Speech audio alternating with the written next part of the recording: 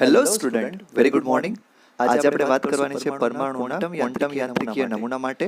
જે વિજ્ઞાનમાં બહુ મોટો ઉછાળો આવ્યો હતો, પૂરેપૂરું વિજ્ઞાન બદલાઈ ગયું હતું, એ હતું ક્વોન્ટમ યાંત્રિક નમૂના માટે. જો આઇન્સ્ટાઈન કરતાં પણ વધારે મગજ દોડ્યું હોય તો એ આ ભાઈ સાહેબનું હતું, શ્રોડિંજર, જેમનો ફોટો તમને દેખાય છે.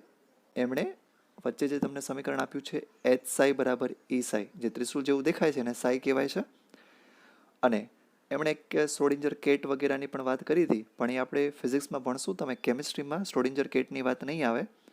આપણે અહીં આગળ જે પરમાણુ માટે એમણે થિયરીઓ આપી હતી, પરમાણુની કક્ષક કોને કહેવાય, કક્ષા કોને કહેવાય, એની અંદર ઇલેક્ટ્રોન કેવી રીતે રહેલા છે, કેવી રીતે ફરે છે, આ દરેકે દરેક બાબતો બહુ ઝીણવટપૂર્વક જો સમજી શક્યા હોય તો એના માટે શ્રોડિંજર ભાઈ સાહેબ જવાબદાર છે. તો ચલો વધારે સમય ન લેતા આપણે ચાલુ કરીએ છીએ. દ્રબ્રોગલીના દ્રવ્યના દ્વૈત સ્વભાવે અને હાઇઝનબર્ગના અનિશ્ચિતતાના સિદ્ધાંતે વિજ્ઞાનની એક નવી જ શાખાને જન્મ આપ્યો, જેને આપણે આજની તારીખે ક્વોન્ટમ યાંત્રિકીય તરીકે ઓળખીએ છીએ. આપણી પાસે જૂના જે વિજ્ઞાનના સિદ્ધાંતો છે, જેને આપણે ક્લાસિકલ યાંત્રિકીય કહીએ છીએ, એ આપણને મોટા કણોની બધી વસ્તુ સમજાવે છે, એની વર્તણૂક સમજાવે છે. ઉદાહરણ તરીકે પથ્થરનું પડવું, આનો સ્વભાવ વર્તણૂક સમજાશે, પરંતુ તે આપણને દ્રવ્યના દ્વૈત સ્વભાવની માહિતી નથી આપતો અને પ્રોટોન અને ઇલેક્ટ્રોન જેવા નાના કણોનો સ્વભાવ સમજાવી શકતો નથી. આ એની મર્યાદા છે ક્લાસિકલ યાંત્રિકીયની. જ્યારે બીજી તરફ જોવા જઈએ તો જે ક્વોન્ટમ યાંત્રિકીય છે એ હકીકતમાં દ્રવ્યના તરંગ ગુણધર્મોને પણ ધ્યાનમાં રાખે છે. કહેવાનો મતલબ, નાના કણોની વર્તણૂક સમજાવવી હોય તો એ ક્વોન્ટમ મિકેનિક્સથી સારી રીતે સમજાવી શકાશે. તો આપણે ક્વોન્ટમ યાંત્રિકની જો વાત કરીએ તો એ બંને વસ્તુને ધ્યાનમાં લે છે. પાર્ટિકલ નેચર, જે તમને ડાબી બાજુ દેખાડ્યું છે તે, અને વેવ નેચર, મતલબ કે તરંગ પ્રકારનો ગુણધર્મ. આ બંને ગુણધર્મોને સાંકળી અને આપણને સમજાવે છે કે કણ છે એ કેવી રીતે વર્તે છે. એટલા માટે જ આપણને ક્વોન્ટમ યાંત્રિકીય નમૂનો છે એ સાચો છે. આપણે જોયું હતું પાછળના લેક્ચરમાં કે વર્નર હાઇઝનબર્ગે થોડીક શોધ કરી હતી, અને સાથે એક બીજા વૈજ્ઞાનિક આવે છે અરવિંદ શ્રોડિંજર. આ બંને વૈજ્ઞાનિકોએ ક્વોન્ટમ યાંત્રિક શાસ્ત્રની શરૂઆત કરી. ક્વોન્ટમ શાસ્ત્રમાં જો સૌથી બેઝિક અથવા તો મૂળભૂત સમીકરણ હોય તો એને કહેવાય છે શ્રોડિંજરનું સમીકરણ, જે તમને આગળ સામે દેખાય છે. જ્યારે કોઈ ઇલેક્ટ્રોન જેવો નાનો પદાર્થ ફરતો હોય છે, સખત ગતિમાં હોય છે, ત્યારે તેનું તરંગ સમીકરણ કેવી રીતે દર્શાવાશે અને કણનો ગુણધર્મ પણ ધ્યાનમાં રાખવો હોય તો આ સમીકરણની મદદથી મેળવી શકાય છે, જેને શ્રોડિંજર સમીકરણ કહેવાય છે. પર સિલેબસમાં નથી, યાદ નહીં રાખો તો ચાલશે. શ્રોડિંજરનું આ જે સમીકરણ છે એ એના મૂળભૂત વિધેયના વિકલન કરવાથી મળે છે, જેને સ્ટેન્ડિંગ વેવ કહેવાય છે. નીચે જો તમને સ્ટેન્ડિંગ વેવ આપ્યું છે એનું વિકલન કરશો તો પહેલાં હતું સમીકરણ મળશે, પણ અત્યારે આપણે જોવાનું નથી. આ ભયંકર સમીકરણને જો થોડુંક સરખું કરીએ તો એને એચ સાઈ બરાબર ઈ સાઈ તરીકે ઓળખવામાં આવે છે, જેને આપણે હેમિલ્ટોનિયન ઓપરેટર કહેશું. જે ત્રિશુલ જેવું છે એને સાઈ કહેવાય. આ સમીકરણ તમને માહિતી શું આપશે કે કુલ ઉર્જા છે એ હકીકતમાં ગતિ ઉર્જા અને સ્થિતિ ઉર્જાના સરવાળા જેટલી છે, બાકી કાંઈ જ નહીં. કોઈ પણ ઇલેક્ટ્રોન જ્યારે કેન્દ્રની આજુબાજુમાં ગતિ કરશે તો એની કુલ ઉર્જા તે ગતિ ઉર્જા અને સ્થિતિ ઉર્જાના સમપ્રમાણમાં હશે. હવે જે શ્રોડિંજર સમીકરણ હતું એને તમે ઉકેલો છો, એના ઉપર થોડી ગાણિતિક પ્રક્રિયા કરો છો તો તમને આવા આલેખ મળશે. આ આલેખ હકીકતમાં શું દેખાડે છે કે હાઇડ્રોજન જેવા પરમાણુની આજુબાજુમાં ઇલેક્ટ્રોન કેવી રીતે ગતિ કરે છે. સૌથી નીચે જો n બરાબર 1 છે, બરાબર પહેલી કક્ષા હશે એની, પછી છે n બરાબર 2, 3, મતલબ ત્યાં આગળ એની કક્ષાઓ આવશે, અને આ કક્ષાને આપણે સાઈ 1, સાઈ 2, સાઈ 3 થી દર્શાવશું, એના નામકરણ આપશું. તો હરીફરીને વાત શેની છે કે પરમાણુના કેન્દ્રની આજુબાજુમાં જે ઇલેક્ટ્રોન ગતિ કરે છે એ તરંગ સ્વરૂપે ગતિ કરે છે, અને આ તરંગો આવી રીતે હોઈ શકે છે. પહેલી કક્ષામાં તો સાઈ 1, બીજીમાં તો સાઈ 2 અને સાઈ 3. આવી આગળ જે સાઈ છે એને એપ્ટિટ્યૂડ ઓફ વેવ કહેવાશે, મતલબ તરંગ વિધેય કહી શકો તમે. અહીંયા સાઈનો કોઈ ભૌતિક અર્થ નથી કે પ્રાયોગિક અર્થ નથી, એ ખાલી એક ગાણિતિક પદ છે. પણ એનો તમે સ્ક્વેર લઈ લો, એનો વર્ગ કરો છો ત્યારે સાઈ સ્ક્વેર બને છે, એ સંભાવના વિધેય છે. મતલબ તમને કહેશે કે કોઈ પણ પોઈન્ટમાં કે કોઈ પણ જગ્યાએ ઇલેક્ટ્રોન મળી આવવાની સંભાવના કેટલી, તો સાઈનો કાંઈ મતલબ નથી, સાઈ સ્ક્વેરનો મતલબ છે એને કહેવાશે સંભાવના વિધેય. આ જ ધ્યાન રાખજો, આગળનું બધું ભૂલી જાઓ, કાંઈ વાંધો નથી. સાઈ સ્ક્વેરથી તમને શું ખબર પડશે, ઇલેક્ટ્રોન ક્યાં મળી આવશે તે. હવે જો હકીકતમાં પરમાણુ આવી રીતે દેખાય છે. જે પોઝિટિવ ચાર્જ કેન્દ્રની આજુબાજુમાં તમને ટપકા દેખાય છે ને એ હકીકતમાં ઇલેક્ટ્રોનના છે, અને એક જ ઇલેક્ટ્રોન છે, પણ બધી જગ્યાએ હશે એના ફોટા પાડતા જાઓ તો તમને આવું દેખાશે. હવે જ્યાં આગળ બહુ ઘાટો કાળો કલર દેખાય છે ત્યાં આગળ સંભાવના વિધેય સૌથી વધારે છે અને સંભાવના ઘનતા સૌથી વધારે છે. મતલબ ઇલેક્ટ્રોન મળી આવવાની સંભાવના ત્યાં આગળ સૌથી વધારે છે, અને આ ઇલેક્ટ્રોન મળી આવવાની સંભાવના હશે ને આપણે ઓર્બિટલ અથવા તો કક્ષા કહીએ છીએ. તો કક્ષા એટલે જ્યાં ઇલેક્ટ્રોન મળી આવવાની સંભાવના વધારે હોય. આપણે જે સાઈ ભણ્યા હતા એને કક્ષક તરંગ વિધેય અથવા તો પરમાણવીય કક્ષક કહેવાશે. હવે જો આપણે જે ψ1 2 ψ2 એના ગ્રાફ જોયા એના ઉપરથી આપણને આવી કક્ષાઓ મળશે. પરમાણુ કેન્દ્રથી થોડાક દૂર જાઓ તો તમને ઇલેક્ટ્રોન મળશે. એવી રીતે જો હું વાત કરું હાઇડ્રોજન હિલિયમ પ્લસ અને લિથિયમ પ્લસ 2ની, તો ત્યાં આગળ મને દરેકમાં એક એક ઇલેક્ટ્રોન જોવા મળે છે અને એક એક ઇલેક્ટ્રોન માટે હું ઉપરનું સૂત્ર વાપરી શકું છું. પણ તકલીફ એમ છે કે હિલિયમ અને બોરોન, બેરિલિયમ કે બોરોન, જેમાં એક કરતાં વધારે ઇલેક્ટ્રોન છે, એના માટે આ સૂત્ર લાગુ નહીં પડે. મતલબ તમારે હાઇડ્રોજન હોય, લિથિયમ હોય, એક ઇલેક્ટ્રોન ધરાવતા હોય એના માટે લાગુ પડી શકે છે, વધારે ઇલેક્ટ્રોન માટે લાગુ નહીં પડે. હાઇડ્રોજન માટે તમને એક જ કક્ષા જોવા મળશે, જ્યારે લિથિયમ જેવા પરમાણુમાં તમને એક કરતાં વધારે કક્ષાઓ જોવા મળે છે, જેમાં વચ્ચે ખાલી ભાગ હોય છે. આ ખાલી ભાગ છે એને આપણે નોડલ પ્લેન કે નોડલ ભાગ તરીકે ઓળખશું. અહીંયા ઇલેક્ટ્રોન નજીક આવવાનું કારણ શું છે કે લિથિયમમાં પ્રોટોન વધારે છે તો ઇલેક્ટ્રોનને ખેંચી લેશે અને એના બહુ નજીકના ભાગમાં ઘાટો પદાર્થ તમને દેખાશે અને બાકી થોડા દૂર. હવે હાઇડ્રોજન જેવા પરમાણુ કે જેમાં એક જ ઇલેક્ટ્રોન હોય તેમાં આ સમીકરણ સહેલાઈથી લાગુ પડે છે, કેમ કે આપણે ખાલી ત્યાં મુખ્ય ક્વોન્ટમ આંકની વાત કરવાની હોય. પણ એક કરતાં વધારે ઇલેક્ટ્રોન જ્યાં આગળ હાજર હશે ત્યાં મુખ્ય ક્વોન્ટમ આંક સાથે સાથે કોણીય વેગમાન ક્વોન્ટમ આંકને પણ આપણે સાંકળવો પડશે, એની પણ વાત કરવી પડશે. હવે થોડીક જ વારમાં આપણે સમજશું કે આ ક્વોન્ટમ આંક શું છે. તો ચલો જોઈએ છીએ પરમાણુનો ક્વોન્ટમ યાંત્રિકીય નમૂનો. એના માટે આપણે ક્વોન્ટમ આંકને બધું સમજવું પડશે. તો આપણે જોયું હતું કે આપણને હાઇડ્રોજન જેવા પરમાણુઓ માટે આવા ગ્રાફ મળે, તમે ગાણિતિક સમીકરણ સોલ્વ કરો એટલે. અને આ ગ્રાફ શું દેખાડે છે કે પરમાણુમાં ઇલેક્ટ્રોન કેટલે દૂર છે અને કેવી રીતે ગતિ કરે છે. આ ઇલેક્ટ્રોનની એક પ્રકારની ગતિ છે, એનો નાનો ભાગ લીધો હતો. ψ1 ψ2 ψ3 આ બધી કક્ષક છે આપણી પાસે, બરાબર. કક્ષા કહી દઉં, કક્ષક કહી દઉં. હમણાં આપણે ભેદ સમજશું કક્ષા અને કક્ષકનો.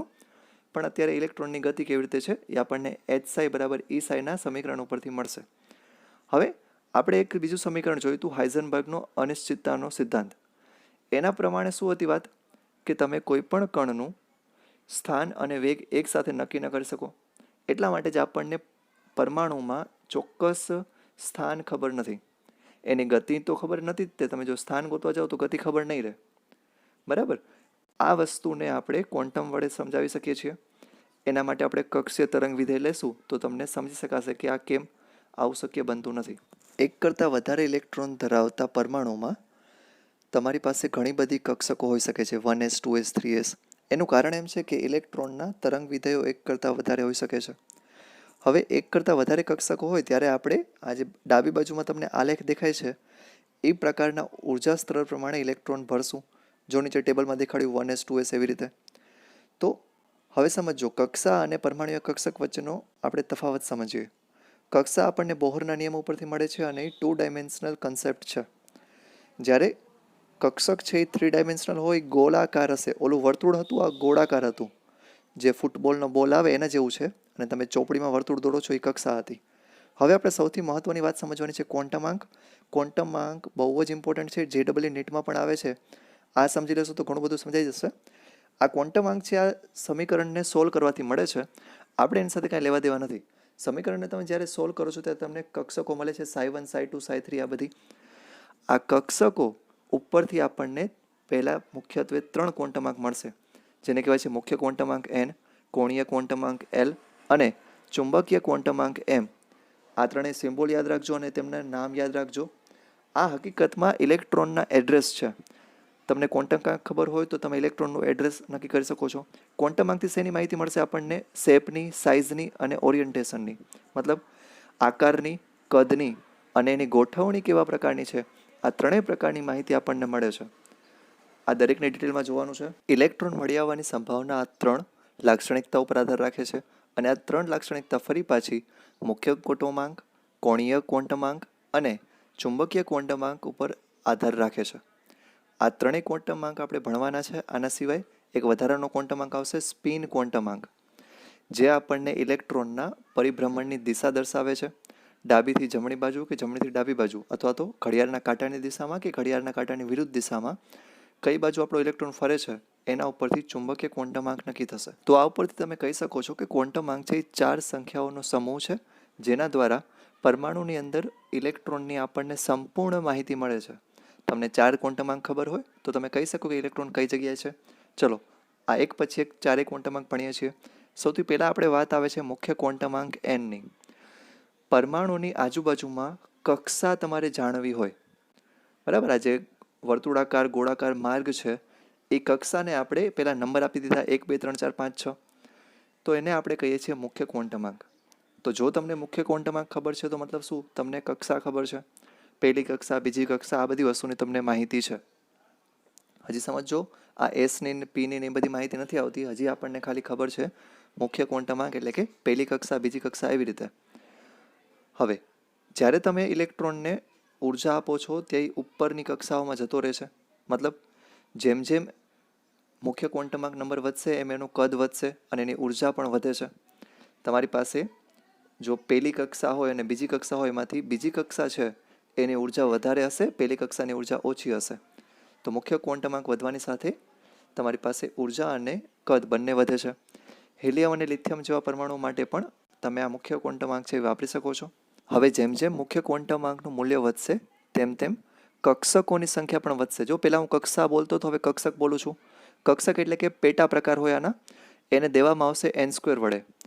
તો એનના મૂલ્ય તમને ખબર હોય તો તમને કક્ષકની સંખ્યા પણ ખબર પડી શકે છે.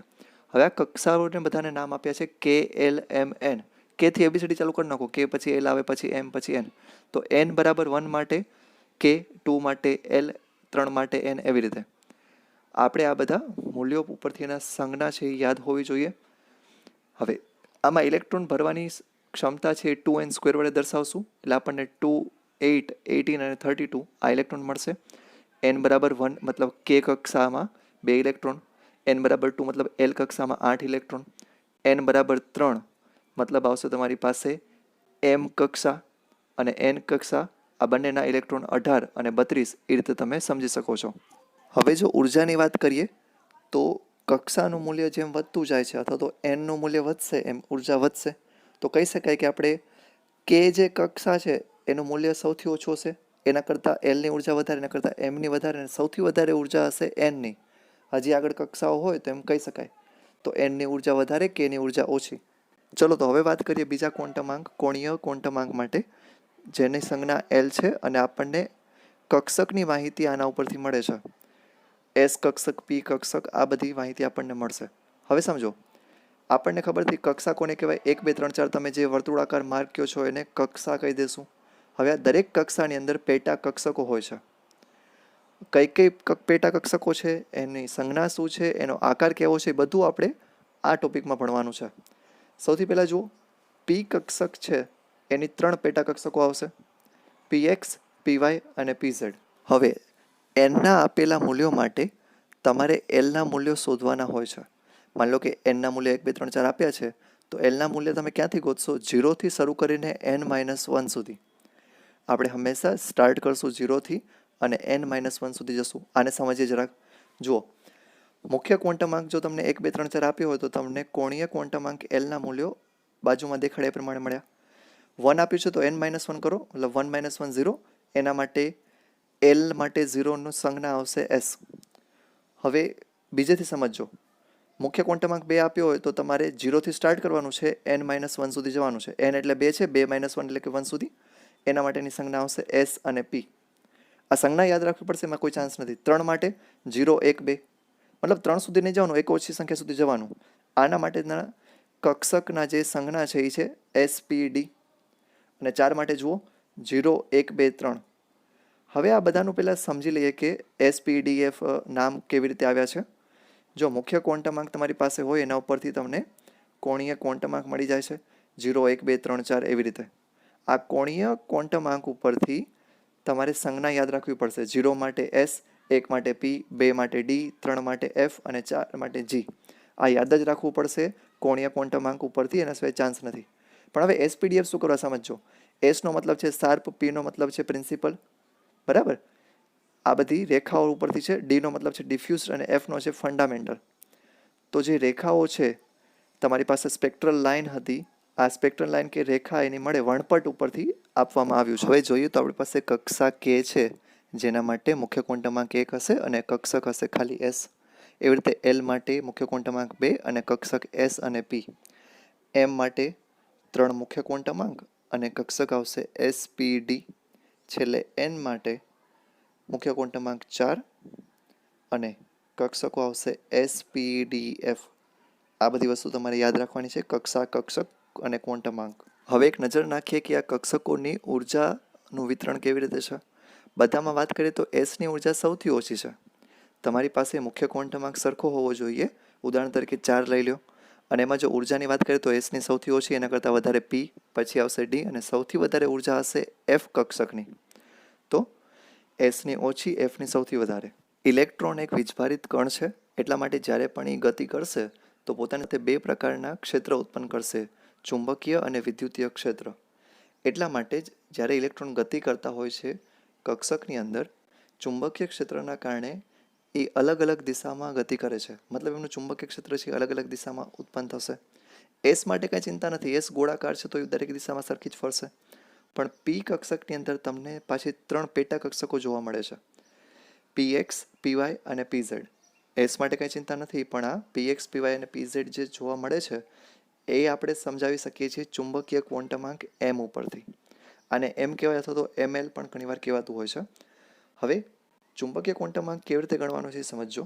અહીંયા આપણને 3 મુખ્ય ક્વોન્ટમાંક આપ્યા છે, એના માટેના ચુંબકીય ક્વોન્ટમાંક આપેલા છે. મતલબ 1s, 2s, 2p, 3s, 3p, 3d એ બધી વસ્તુ. તો એ પેટા કક્ષકો આવી કેવી રીતે સમજો. આ એક ચિત્ર તમે ઘણી વખત જોયું હશે ચુંબકીય ક્વોન્ટમાંક માટે કે ચુંબકીય ગણતરી માટે. એનું સૂત્ર જુઓ, 2l+1 વડે આપણે ગણશું. તમને કોણીય ક્વોન્ટમાંક ખબર પડી ગઈ હોય, એનામાં મૂલ્ય મૂકી દો 2l+1, તો તમને કુલ ચુંબકીય ક્વોન્ટમાંક અથવા તો પેટા કક્ષકો મળી જશે. તો સૂત્ર યાદ રાખશો આપણે 2l+1, એનામાં 0 પુટ કરશો તો તમને જવાબ મળે છે 1. મતલબ એસ માટે પેટા કક્ષક 1 જ હશે. એલ બરાબર 0 માટે એમએલ પણ 0 છે. એસની કોઈ પેટા કક્ષક નથી, એસ જ એક પોતે જ પેટા કક્ષક છે. અહીંયા સુધી કાંઈ સમજવાનું નહોતું. હવે સમજો, જો હું એલની જગ્યાએ 1 લઉં છું તો મને મૂલ્ય મળે છે 1, 0 અને +1. -1, 0 અને +1 આ 3 મૂલ્ય મને મળશે. એના માટેની 3 કક્ષકો હતી પીએક્સ, પીવાય અને પીઝેડ. હવે જો એલ બરાબર 2 લઉં તો મને મૂલ્ય મળશે -2, -1, 0, +1 અને +2. એના માટેની ડી આ 5 કક્ષકો મને જોવા મળશે. તો ડીના જે પેટા પ્રકાર છે એ 5 આવશે, એફના 7, જીના 9 અને એચના 11. જો એફ, જી અને એચના પેટા પ્રકાર આપણને આપ્યા છે 7, 9 અને 11. આ અલગ અલગ દિશામાં ગોઠવણી કેટલી હશે એ આપણને સમજાવ્યું છે. તો પીની 3 કક્ષકોને ભેગી રાખી દો તો આવી રીતે દેખાશે, પીએક્સ, પીવાય અને પીઝેડ. બરાબર. આ બધાની ઉર્જા છે એ સરખી હોય છે અને બધા એકબીજાથી 90 ડિગ્રી અંશે હોય છે. હવે જુઓ, અત્યાર સુધીની જેટલી વસ્તુ સમજ્યા છીએ, મુખ્ય ક્વોન્ટમાંક, ચુંબકીય ક્વોન્ટમાંક અને કોણીય વેગમાન ક્વોન્ટમાંક, એ ત્રણેય વસ્તુ શું દેખાડે છે? ઉર્જા, આકાર અને ગોઠવણી. આ 3 વસ્તુ આપણને ખબર પડે છે.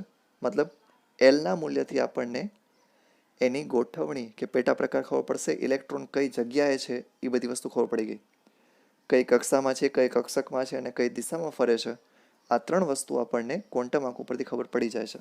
સ્પિન ક્વોન્ટમાંક પાછો ભણતા પહેલાં આપણે 20મી સદીમાં જવું પડશે. ત્યાં આગળ વૈજ્ઞાનિક જ્યોર્જ ઉલેનબેક અને સેમ્યુઅલ ગોલ્ડસ્મિથ નામના વૈજ્ઞાનિકે ચોથો ક્વોન્ટમાંક આપ્યો આપણને, જેને સ્પિન ક્વોન્ટમાંક એસ વડે દર્શાવવામાં આવે છે. ઘણીવાર એને એમએસ વડે પણ આપણે દર્શાવીએ છીએ. જેવી રીતે પૃથ્વી છે એ સૂર્યની આસપાસ પોતાની ધરી ઉપર ભ્રમણ કરે છે, એવી જ રીતે પરમાણુના કેન્દ્રની આજુબાજુમાં ઇલેક્ટ્રોન પણ ગતિ કરે છે. એ પોતાની ધરી ઉપર પણ ગતિ કરે છે અને કક્ષામાં પણ ગતિ કરે છે. મતલબ ઇલેક્ટ્રોન છે એ પોતાની જગ્યાએ ફરતો હોય છે. અહીંયા આગળ 2 પ્રકારની ગતિ શક્ય છે. એક, ઘડિયાળના કાંટાની દિશામાં ગતિ કરે, અથવા તો ઘડિયાળના કાંટાની વિરુદ્ધ દિશામાં ગતિ કરે. મતલબ ક્લોકવાઇઝ અને એન્ટી ક્લોકવાઇઝ આ 2 પ્રકારની ગતિ ત્યાં આગળ શક્ય છે. એટલા માટે જે સ્પિન ક્વોન્ટમાંક છે એના શક્ય મૂલ્ય ખાલી 2 જ આવશે. એક જે મૂલ્ય છે એને આપણે +1/2 કહી દઈશું અને બીજાને -1/2 કહી દઈશું. મતલબ 2 શક્યતામાંથી એક શક્યતા ઘડિયાળના કાંટાની દિશામાં ફરે તો પ્લસ અને વિરુદ્ધ દિશામાં ફરે તો માઇનસ. હવે એની સંજ્ઞા સમજો. ઉપરની બાજુનું ઇલેક્ટ્રોનની તીર હોય તો એ વિરુદ્ધ દિશામાં અને નીચે બાજુ તીર હોય તો એ ઘડિયાળના કાંટાની દિશામાં ફરે છે. 2 ઇલેક્ટ્રોનને દર્શાવવાનો સિમ્બોલ ધ્યાન રાખજો. બસ, તો આજના લેક્ચર માટે આટલું ઘણું છે. That's all from my side. અહીંયા સુધીનું તમે જોઈ લેજો, વાંચી લેજો, જે કાંઈ ન સમજાય કહેજો. અને આ જે 4 ક્વોન્ટમાંક છે એની થિયરી સરખી રીતે વાંચી અને એના જે મૂલ્યવાળો કોઠો છે એ એક વખત લખીને મોકલાવી દેજો. તમને એના મૂલ્યો સમજાવવા જોઈએ. એ તમારું હોમવર્ક છે. જે મૂલ્યવાળું આખું ટેબલ છે, એન, એલ, એસ અને એમએલ, આ બધાના મૂલ્યો તમને આવડવા જોઈએ. ઠીક છે, અહીંયા સુધી રાખીએ છીએ. બાકી બધું next time. Thank you very much.